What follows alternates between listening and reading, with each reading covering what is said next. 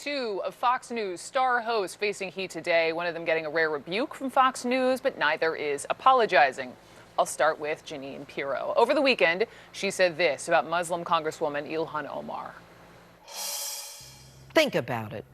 Omar wears a hijab, which according to the Quran 33:59 tells women to cover so they won't get molested. Is her adherence to this Islamic doctrine indicative of her adherence to Sharia law, which in itself is antithetical to the United States Constitution?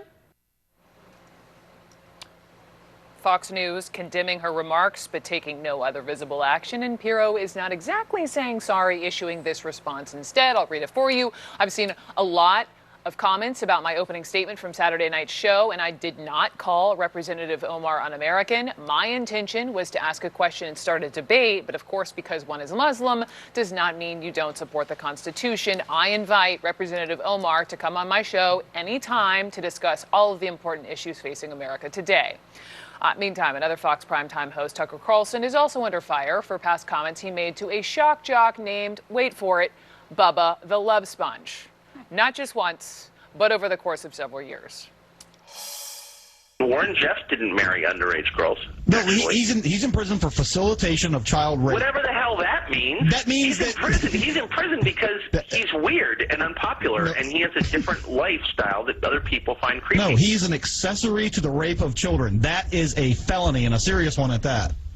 What do you mean an accessory? He's like got some weird religious cult where he thinks it's okay to, marry underage girls, but he didn't do it. Why wouldn't the guy who actually did it, who had sex with an underage girl, he should be the one who's doing life? The rapist in this case has made a lifelong commitment to live and take care of the person. So it is a little different. I mean, let's be honest about it. Now, this guy may be a total maybe a child rapist. I'm just telling you that arranging a marriage between a 16-year-old and a 27-year-old is not the same as pulling a stranger off the street and raping her. That's bullshit. I love women, but they're extremely primitive. They're basic. They're not that hard to understand. I feel sorry for unattractive women. I mean, there's nothing they did, What's better than hockey, weed, and whores? I mean... But first of all, there's no Canadian woman that you'd want to pay to sleep with. Anybody who answers my trophy wife is my favorite possession is my hero. I don't give a I'm voting for the guy. You want to Sarah Palin. There's that. There is that. I'll agree with that. Okay, just to recap, the host of Fox's most coveted time slot insulted women, even called a Supreme Court justice unattractive, and he also suggested underage marriage is not as serious as forcible child rape, calling rape shield laws totally unfair. But like Pirro, he didn't apologize. He called his words, quote, naughty, and instead pushed viewers to tune in tonight. Joining me now, CNN political commentator Ana Navarro and CNN senior political analyst John Avlon. John, no apologies for the vile rhetoric. Instead, the message is tune in. Mm-hmm. Is that their business model? No. I think what they're seeing, though, is a contagion from the shock and awe business model they've done, where it's play to the base and flame with agitation, anxiety, anger, fear at the other. And it gets them into trouble because guess what? You're playing with fire when you play with those forces. Jeanine Pirro's comments, those were impromptu, people. Other people had seen them, okayed them, allowed them to go on. And she endorsed them. It wasn't a slip of the tongue, a misspeaking. And for alleged constitutional conservatives, to say something like that, they should really actually read the Constitution, which, freedom of religion is a pretty prominent part. But it's part of the game they've been playing. I think with Tucker, those comments, I'm glad you played the Warren Jeffs one, because I think that's in some ways the most serious. Tell me why. Because he's making light of sort of institutionalized child rape with forced marriages inside a religious cult. Yep. There's nothing funny about that. And his defense will be, look, you're calling to a shock jock conversation. It's a long time ago. I shouldn't have said those things. There's a degree of normalization. I mean, when Bubba the Love Sponge is trying to be the voice of reason, reining him in on that one, that's its own sort of warning. And look, Tucker can be a charming, funny guy in person, but I think you're accountable for what you say when you have a microphone. And that is crossing several lines. What do you think? I suspect that, I'm not sure that I can even buy that he's a charming, funny guy in person. And to me, it's far more important what you're like when you are being viewed by millions of Yeah, people. when you have the mic. And the same way you just said that constitutional conservatives have got to think about what Pirro said, social values voters and Christian voters and pearl clutchers and the people who have all the trouble when other people do crazy things should also really question themselves and look at themselves in the mirror and say, why are we listening to this guy who we just heard on audio, say some really vile things. But then again, Brooke, take a look at who the Fox viewers are. They listen to, on audio, a Republican candidate, a Republican nominee saying some very vile things and then still voted him in. So I think the standards are different. I think the bars have been lowered. I think they don't apologize because they don't feel like they have to apologize because The they refusal can't. to apologize. The refusal to apologize, and not only that, and I know that Tucker made those comments while he was at MSNBC, and they should be answering some of these questions as well. But it's like you look at what happens with Fox News, and a host steps in some of it, maybe a semi-rebuke, and they still have a job, rinse, repeat. This is the downstream effect of Donald Trump, though. This is, the play of, doubling down, refuse to apologize, distract, attack, deflect, divide.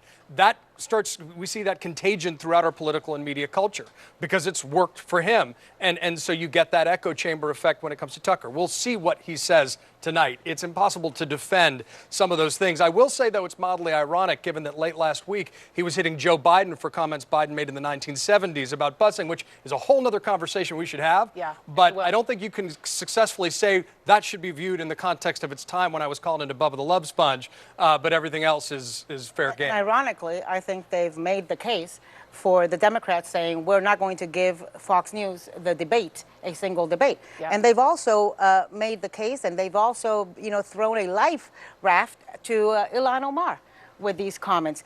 So you can't take issue consistently with Ilhan Omar questioning whether a, Jewish politician has dual loyalty, where at the same time you're saying one that wears a hijab can have no loyalty to the U.S. Constitution. So you take issue with the one wearing a yarmulke, but you don't take issue when the one wearing a hijab gets called out. It's called hypocrisy. It's called stupidity. And it's called doing a great big favor to Ilhan Omar and the Democrats, both on that issue and the debate issue. Because, at this point they can say, yeah, of course we're not going to give these deplorable people, these, folks who are so tainted and biased and who are misogynist and who are offensive and outrageous a debate. They just made the case for that. And look, I think that's a really important point about the irony of her attacking Representative Omar on those lines. But that also, look, we're all human. We all make mistakes. And you should be judged by the totality of your life, but also what you say and do when you have the microphone. And the problem is this has been part of the business plan of dividing to conquer, of appearing to narrow but intense niche audiences. But that's why I started with, is this their business model? No, and I do think, I think this is contagion from the business model. Gotcha. I think it's gotten people to a place where nothing's shocking, and they need to find a way to keep dialing that up. And I bet you that tonight when you folks tune in to watch Tucker Carlson, which of course I never do, there's going to be video of us having this conversation. And instead of him admitting his, you want to do an over and under? Here's my last question. I want to move off of that, and I want to talk about this brand new poll out of Iowa. 40% of registered Republicans in Iowa want a Trump challenger, but context is key here. Interestingly, Trump's polling very well among Republicans there at 80% approval. So to me, that doesn't make sense. Fascinating. It doesn't make sense, but look, anybody taking a look at challenging Trump has got to think of the logistics and has got to think of the requirements for running. It requires money. It requires a team. Who is going to do that? If it's going to be a suicide mission, and if Trump is polling in the 80 percentiles, then it looks like a suicide mission. But that's speaking to attention there. They want to see someone challenge him. And I'll just say those folks who've been thinking about it, there's a lot to be said for fighting the good fight. Because when the Trump fever breaks in the Republican Party and our politics, that person's going to look like a hero who had the courage of their convictions when everyone else was falling in line. But only, John, if they truly are doing it for that precise That's right. reason. Courage of the conviction, not as a self-promotion ploy, Agreed. not to sell a book, not to get a cable gig, not to get on Dancing with the Stars. Because they actually care about the country. They're doing it because they care crazy about idea. the country and they want there to be a genuine debate of Republican values. Anna Navarro and John Avalon, you guys are excellent. Thank you very, very much. Still ahead here.